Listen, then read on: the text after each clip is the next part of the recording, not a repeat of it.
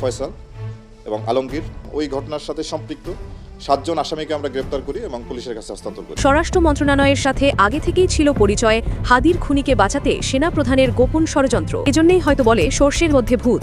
এখন আপনি যে কথাটা শুনতে চলেছেন এটা শোনার জন্য হয়তো আপনি মোটেও প্রস্তুত না। এদিকে হাদিকে খুন করতেই ফয়সালকে জামিনে বের করা হয়েছে বলে দাবি করছেন ইনকিলাব মঞ্চের ঢাকা বিশ্ববিদ্যালয় শাখার মুখপাত্র ফাতেমা তাসনিম ঝুমা। শনিবার সামাজিক যোগাযোগ মাধ্যম ফেসবুকে এক পোস্টে তিনি এ তথ্য জানিয়েছেন। সাংবাদিক ইলিয়াস হোসাইন যুক্তরাষ্ট্র থেকে ফাটালেন এক বোমা। ইলিয়াস হোসাইনের দাবি তাকে নাকি শেল্টার দিচ্ছে স্বয়ং সেনাবাহিনী এবং এই প্রক্রিয়ার সাথে যুক্ত করা হয়েছে জুলাই আন্দোলনের অন্যতম সমন্বয়ক সার্জিস আলমকেও। হাদির সাথে তারও জড়িত থাকার সম্পূর্ণ সম্ভাবনা আছে, কারণ সে যদি আমাকে এরকম দেশদ্রোহিতে বের করে দিতে পারে তাহলে হাদিকে সে খুন করাইতে পারে, এই মাসুদকে দিয়ে এটা অসম্ভব কিছু বলে মনে করি না। আসসালামু আলাইকুম দর্শক, যে যেখানে আছেন আশা করি ভালো আছেন। এই মুহূর্তে পাওয়া সবচেয়ে বড় ব্রেকিং নিউজ। দর্শক, দেশের মধ্যে ঘটে যাওয়া ঘটনাবলীর মধ্যে থেকে খুবই গুরুত্বপূর্ণ কিছু ভিডিও নিয়ে হাজির হয়েছি, যার কিছুটা অংশ বিশেষ আপনারা ইতিমধ্যে ভিডিও শুরুতে দেখেছেন। দর্শক, দেখে বুঝতে পারছেন আজকের এই ভিডিওটি আপনাদের জন্য অত্যন্ত গুরুত্বপূর্ণ এবং আকর্ষণীয় হতে যাচ্ছে। দর্শক, আমি এর কথা বাড়াবো না, মূল ভিডিওতে নিয়ে যাব। তার আগে বলবো, যারা এখনও আমাদের এই চ্যানেলটি সাবস্ক্রাইব করে নেই, প্রতিনিয়ত আপডেট গরম গরম খবর পেতে আমাদের এই চ্যানেলটি সাবস্ক্রাইব করে পাশে থাকা বেল বাটনটি বাজিয়ে দিবেন। আর যারা ইতিমধ্যেই সাবস্ক্রাইব করে দিয়েছে তাদেরকে অসংখ্য ধন্যবাদ। চলুন একটি লাইক দিয়ে না টেনে ধৈর্য সহকারে সম্পূর্ণ ভিডিওটি দেখে আসি, তাহলে জানতে পারবেন আজকে ভিডিওর মূল বিস্তারিত বিষয়। আমি যে জুলাইয়ের পরে এই দেশ ছাড়া হলাম, এই গত বছরের আগস্টের 29 তারিখ, আমার সাথে যে সকল ঘটনা ঘটেছে এই ঘটনাগুলো যাদেরকে আমি ব্লেম করি তাদের মধ্যে মূল ব্যক্তি হচ্ছেন ডিজিএফআই আমাকে এক ধরনের কূট চালের মাধ্যমে আমাকে চাঁদাবাজ বানিয়ে আমার মুখ বন্ধ করতে চেয়েছিল। কারণ আমার মুখ বন্ধ রাখতে হবে, এই থ্রেটটা আমাকে সরাসরি করেছিলেন হচ্ছে director IAB brigadier general Junaid. সে বলেছে, স্যার আপনি ভালো কাজ করেন নাই, তারেক সিদ্দিকী সম্বন্ধে আপনি কথা বলতেছেন। এই ব্যক্তি এই মুহূর্তে সার্ভিং ডাইরেক্টর আইএবি ডিজিএফআই। তার মানে যেমন আমাকে যদি দেশ ছাড়া করতে পারে এই ছেলে, এই আমার জুনিয়র 1 বছরে যে আমার আন্ডারে চাকরি করেছিল 2007 সালে, তাকে আমি চিনি এবং 2007-এর পর থেকে 2009 থেকে উনি একজন যার মাধ্যমে বাংলাদেশ আর্মিতে যার হাত ধরে সে প্রমোশন এবং এইগুলো পাচ্ছে, সেই লোকটা ছিল হচ্ছে আমি যখন চাকরি করি সেই একই সময় তার সিও, আমারও সিও ছিলেন। সেই সিওর বিরুদ্ধে আমি দুর্নীতির কথা ধরে তাকে কথা বলেছিলাম এবং সেই কথা বলতে যে আমার একজন সিনিয়র, অনেক সিনিয়র বাংলাদেশের আর্মিতে কমান্ডোদের একজন সিনিয়র মোস্ট কমান্ডো একজন যিনি অফিসার, ওনার চাকরি চলে গেল। এলাহি স্যার, তাকে চাকরিচ্যুত করা হলো, এই ব্রিগেডিয়ার সাহেব চাকরিচ্যুত করলেন অযথা কারণে। ওনার নিজস্ব কোনো কারণ ছিল না, কারণ উনি রেশনের টাকা চুরি করবে মিশনের থেকে সেটা প্রতিবাদ করেছিলেন। ব্রিগেডিয়ার জেনারেল ওয়াহেদ ওনার নাম। সেই ওয়াহেদ হয়ে গেলেন DMI, director of military intelligence. সেই ডিএমআই এর হাত ধরে এই জুনায়েদের উত্থান এবং প্রায় শেষ গত 16 বছর ধরে সে আর্মি সিকিউরিটি ইউনিটে চাকরি করে বা আর্মির এই ধরনের যে সকল সিকিউরিটি জায়গায় চাকরি করে, কারণ সে একজন আজ্ঞাবহ দাসত্ব বরণ করেছেন। দাসত্ব, আমি আবার একদম পরিষ্কার ভাবে বলবো, সে দাসত্ব বরণ করেছে। খুবই ব্রিলিয়ান্ট অফিসার, খুবই ভালো অফিসার, কিন্তু দাস। সে দাস, সিস্টেমের দাস, এবং এই সিস্টেম তাকে দাসত্ব করায়, তাকে দিয়ে এই ধরনের অন্যায় কাজ করাতে পারে। এখন আসেন, হাদির সাথে তারও জড়িত থাকার সম্পূর্ণ সম্ভাবনা আছে, কারণ সে যদি আমাকে এরকম দেশদ্রোহিতে বের করে দিতে পারে তাহলে হাদিকে সে খুন করাইতে পারে, এই মাসুদকে দিয়ে এটা অসম্ভব কিছু বলে মনে করি না আমি। এবং এইগুলো করার থেকে সবই করাচ্ছে তারেক সিদ্দিকী, সবই করাচ্ছে শেখ হাসিনার মানে নির্দেশনায়। এবং এই তারেক সিদ্দিকী এখনো পর্যন্ত এই বাহিনীগুলোকে চালাচ্ছে, আমি যেটা বারবারই বলে আসতেছি। এটাকে যদি বন্ধ না করা যায়, এবং এটা বন্ধ করার জন্য সবচেয়ে মুখ্য ভূমিকা যিনি রাখার কথা, উনি হচ্ছেন বর্তমান আমাদের যে উপদেষ্টা আছেন খলিল সাহেব, উনি হচ্ছেন আমাদের নিরাপত্তা উপদেষ্টা। আমি বিন্দুমাত্র তার কোনো অ্যাক্টিভিটিস দেখতেছি না। আমি তাকেও সন্দেহ করতেছি যে হি ইজ বিং ম্যানিপুলেটেড। উনি কিছুদিন আগে ইন্ডিয়া থেকে ঘুরে আসার পর থেকে ওনার অ্যাক্টিভিটিস খুব সন্দেহজনক। তার মানে উনি আবার ওই একইভাবে উনিও বিক্রি হয়ে গেছেন কিনা। এবং এই কারণে এই বিষয়গুলো জয়শঙ্করের সাথে তো বৈঠকও করতে দেখলাম, জয়শঙ্কর যখন আসলো পরে থেকে উনি কোনো বক্তব্য দিচ্ছেন। আমরা যে বক্তব্য বলতেছি যে ডিজিএফআই নিয়ে এবং ওয়াকার সাহেবকে নিয়ে আমাদের যে সন্দেহভাজন, এবং এই ওয়াকার সাহেব যে শেখ হাসিনাকে দেশ পার করে দিল এবং আওয়ামী লীগের প্রত্যেকটা লোককে ক্যান্টনমেন্টে 3 স্টার 5 স্টার হোটেলের মতো করে রেখে দেশ থেকে পার করে দিল, এইটা যে তার অন্যায় করেছে, সেই অন্যায়ের বিরুদ্ধে কথা বলার প্রথম প্রশ্ন তোলার কথা হচ্ছে এই খলিল সাহেবের। উনি তুলতেছেন না কেন? এটা নিয়ে আমার প্রশ্ন তার কাছে, একদম স্ট্রেট তার কাছে প্রশ্ন, উনি কেন না করবেন না? This is number 1। আর নাম্বার 2, আমি যেটা বলছিলাম সেটা হচ্ছে, তাহলে আসেন এখন ডিজিএফআই এত মাথা ব্যথা কেন? এখন তো মানে নাই, তাহলে ডিজিএফআই কেন এত উঠে পড়ে লাগছে? এটাকে আমি বলবো হচ্ছে অন্যায়কে ঢাকতে যাচ্ছে, মানে যে অন্যায় করে আসছে 5ই আগস্টের পরেও, এখন সেই অন্যায়কে তারা ঢাকতে যাচ্ছে। আর হাদি যখন চ্যালেঞ্জ করেছে যে সেটা এনসিপি নেতা হোক, জামাতের নেতা হোক বা বিএনপি নেতা হোক, বিএনপি হোক, জামাত হোক, এনসিপি হোক, কেউ যদি সংসদে পরবর্তীতে ইলেকশনে আসার পরে তারা ইন্ডিয়ান হেজিমনিকে ক্যারি করে, তাহলে সে বাংলাদেশে কখনো তাকে টিকতে দেওয়া হবে না। এই বিষয়টা তাদের গায়ে লাগতেছে। তার মানে এক জিনিস রয়ে গেছে, তার মানে আইদার সে যেই আসুক, সে জামাত আসুক আর এনসিপি আসুক আর বিএনপি আসুক, ওই মেকানিজম ঘাটতেছে হচ্ছে ওই অফিস থেকেই। এই জুনায়েদের যদি অফিসের মধ্যে একটা আলাদা অফিস করা হয়েছে, সেটা হচ্ছে ইলেকশন মেকানিজমকে মেকানাইজ করার জন্য। দেখেন আপনি, উদাহরণ হিসেবে আমি আপনাকে বলে দিই, তারা কিভাবে একটা দলকে নিয়ে আসবে এবং সেই দলকেই জিতা নিয়ে আসবে যে দলের সাথে তাদের আন্ডারস্ট্যান্ডিং হয়ে আছে। কারণ তারা হচ্ছে এখন কি চাচ্ছে, তারা এক্সিট চাচ্ছে, কারণ তারা তো অন্যায় করেছে। এই চুপু কি অন্যায় করে নাই? এই চুপু কি একটা ব্যাংকের থেকে 1000 কোটি টাকা এস আলমকে দিয়ে দেয় নাই? তাহলে সে প্রেসিডেন্ট হিসেবে এখন রয়ে গেছে, সে তো সেফ এক্সিট একদিন একদিন চাইবেই। এই দেশে যদি বিচার হয় তাহলে তো তাকে সেফ এক্সিট পাইতে হবে, যদি সে এখান থেকে বের হয়ে যেতে চায়। তার মানে তাকে বের করে দেওয়ার জন্য একটা মেকানিজম কে করবে? With the executor. এক্সিকিউটর হচ্ছে এই ডিজিএফআই। এই এক্সিকিউটর আজকে থেকে না, এই এক্সিকিউটর যদি আমি উদাহরণ দিই, আমি বহু উদাহরণ দিতে পারবো। হেফাজতের যেদিনকে অ্যাটাক হয় ওই দিনকে আমি ডিজিএফআই অফিসে ঢুকেছি, আমার কোর্সমেট কর্নেল তাজ, তার অফিস, সে সিটিআইবিতে তখন চাকরি করতো, সে ওখানে বসে এইটার প্ল্যান, মাস্টার প্ল্যান করে, এবং যেটা সে জেনারেল জিয়া, যিনি ওই মানে এনটিএমসি জিয়া, উনি এই হত্যা কিলিংয়ের অ্যাকশনে যান। উনি অ্যাকশন আমার নিজের চোখে দেখা যায় এখান থেকে প্ল্যান হয়েছে। ওই তাকে তো জিজ্ঞাসাবাদ কোনোদিন করা হবে না, এই জুনায়েদকে তো জিজ্ঞাসাবাদ করা হবে না যে হাদির ব্যাপারে, ঠিক আছে তাকেও জিজ্ঞাসাবাদ করা হোক, ঠিক আছে আমার কথা মিথ্যা, কিন্তু তাকে তো জিজ্ঞাসাবাদ করা যেতে পারে। এই ধরনের গার্ডস, এই ধরনের বিচার ব্যবস্থা বাংলাদেশে আসবে না। এটাই তারা চায়। তারা চায় যে তারা বিচারের ঊর্ধ্বে থাকবে, তারা কোশ্চেনের ঊর্ধ্বে থাকবে, তাদেরকে কেউ কোশ্চেন করতে পারবে না, তাদের নাম উচ্চারণ করতে পারবে না, তাদের দুনিয়া থেকে তারা মিশাই দেবে। কিন্তু এই দুনিয়া সেই দুনিয়া নাই। এটা 2025। এখানে হাদি যখন বলে গেছে না যে আমি 100 ইনকলাব মঞ্চের ব্যক্তি রেখে গেলাম, তাহলে আপনি মনে করেন যে আমি তাই 100 একজন, আমি 100 একজন, আমাকে আপনাকে মিশাই ফেলাইতে হবে, আমাকে মারতে হবে, তাহলে আপনি আমাদেরকে বন্ধ করতে পারবেন না, এবং এই হাদির বিচার করতে হবে। এজন্যই হয়তো বলে সর্ষের মধ্যে ভূত। এখন আপনি যে কথাটা শুনতে চলেছেন এটা শোনার জন্য হয়তো আপনি মোটেও প্রস্তুত না। হাদির খুনি ফয়সালের আগে থেকেই যোগসূত্র ছিল স্বরাষ্ট্র মন্ত্রণালয়ের সাথে। হ্যাঁ, ঠিকই শুনছেন, অনুসন্ধানে উঠে এসেছে কেন ফয়সালকে গ্রেফতার করা হচ্ছে না তার এক ভয়াবহ তথ্য।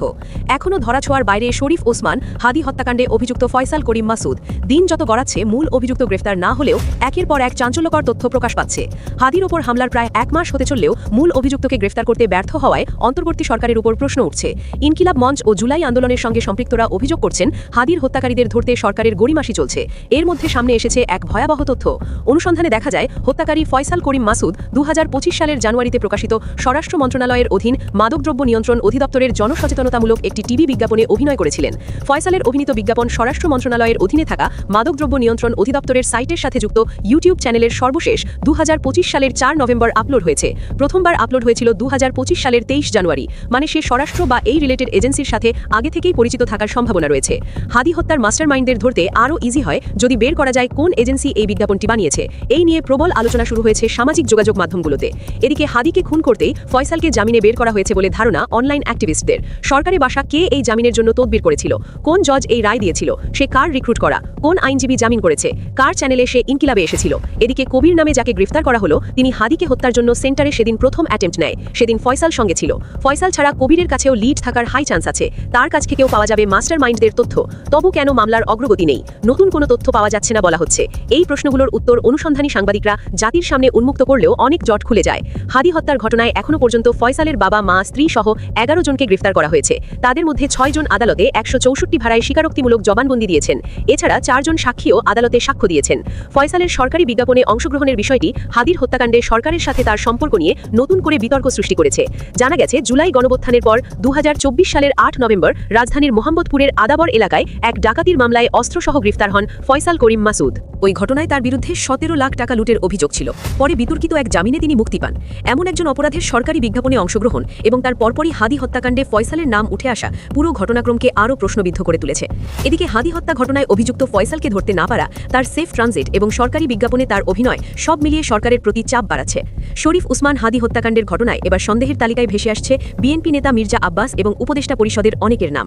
হাদি হত্যায় প্রত্যক্ষ এবং পরোক্ষভাবে এবং সব রাঘব বোয়াল এবং হাই প্রোফাইল ব্যক্তিদের নাম উঠে আসছে, যা শুনলে আপনারা কল্পনাও করতে পারবেন না।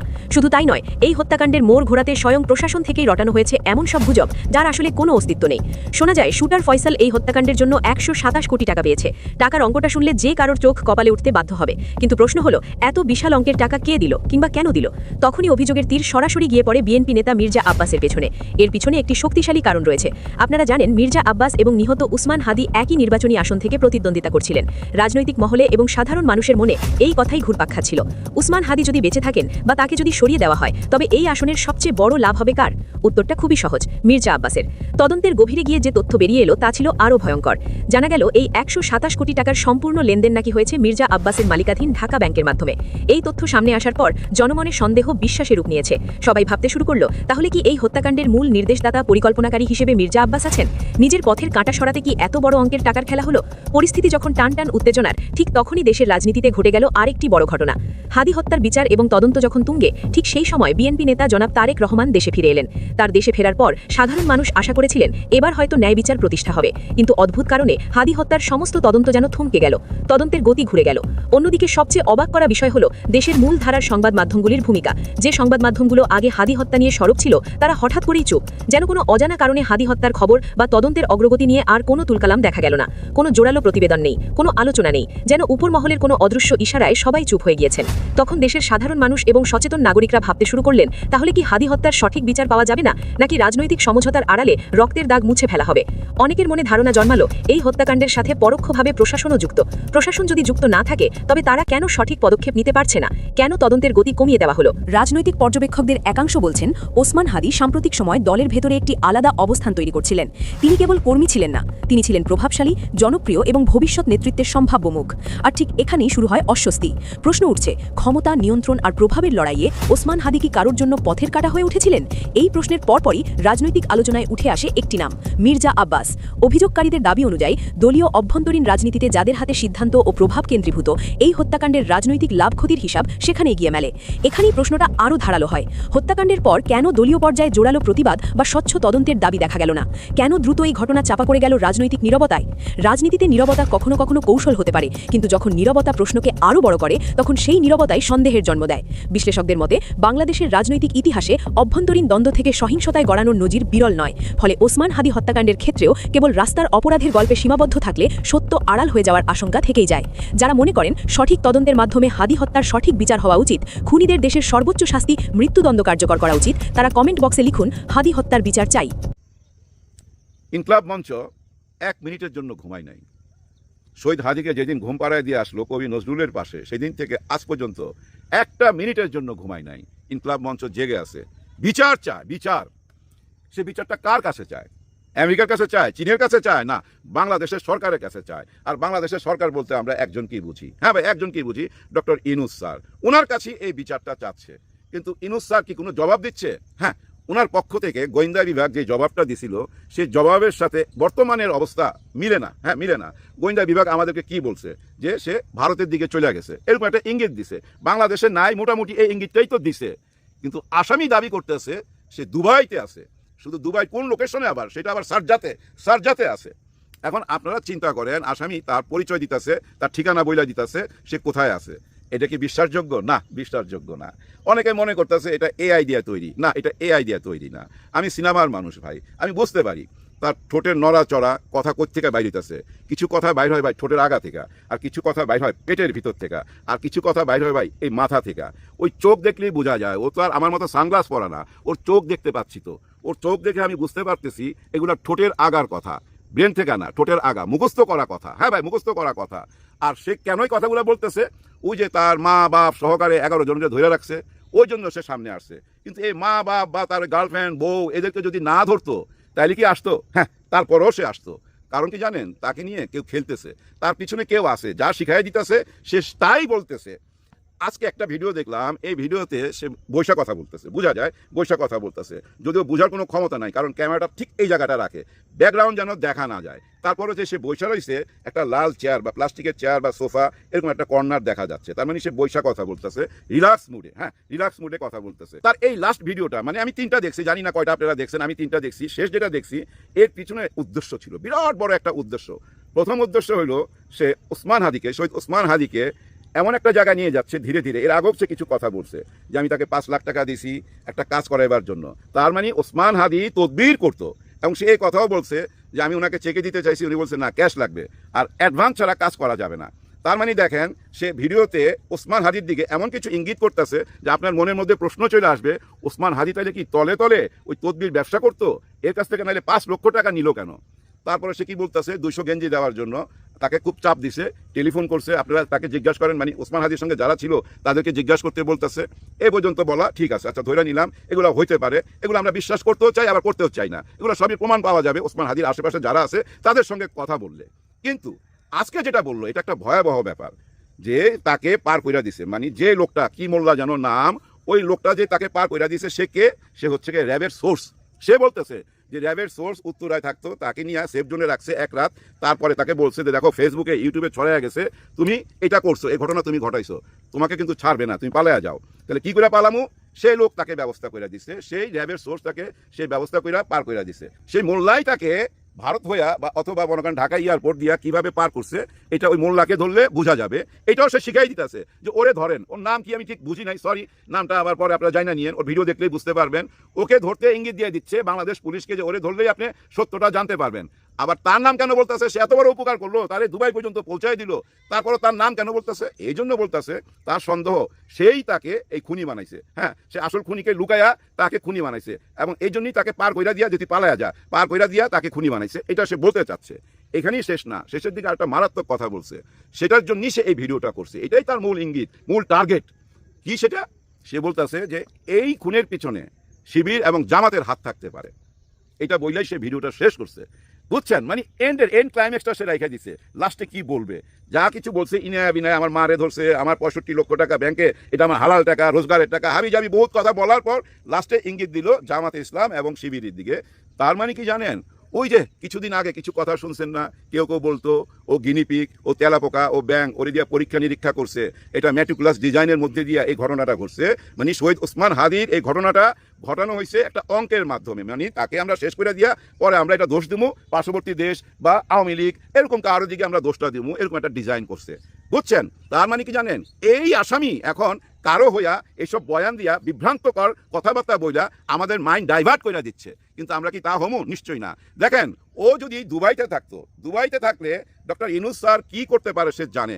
আপনাদের মনে আছে 5ই আগস্টের পর, আপনাদের মনে আছে সৌদি আরব বা কোথায় যেন, আমার ঠিক এই মুহূর্তে মনে নাই, মনে হয় সৌদি আরবেতেই ওই যে আমাদের কিছু শ্রমিক ভাই ধরা খাইছিল 5ই আগস্টের স্লোগান দিতে যায়, তাদেরকে জেলে ঢুকাইছিল। ডক্টর ইউনূস স্যার টেলিফোন করে তাদেরকে ছুটাইছে, মনে আছে না? তার মানে কি এই আসামি কি জানে না দুবাই থেকে ধরে আনা খুবই সহজ? সুপ্রিয় দর্শক, আশা করি সম্পূর্ণ ভিডিওটি মনোযোগ সহকারে দেখলেন এবং সবগুলো ভিডিওর বিস্তারিত আলোচনা মনোযোগ সহকারে শুনলেন। তো দর্শক, এই ভিডিওটি দেখে কি জানলেন? আপনার গুরুত্বপূর্ণ মতামতটা আমাদের কমেন্ট বক্সে জানিয়ে যাবেন এবং ভিডিওটি শেয়ার করে সবাইকে দেখার সুযোগ করে দিবেন। দর্শক, আজকের মতো এখানে বিদায় নিচ্ছি, দেখা হবে ততক্ষণ পর্যন্ত আমাদের সাথে থাকবেন। ধন্যবাদ।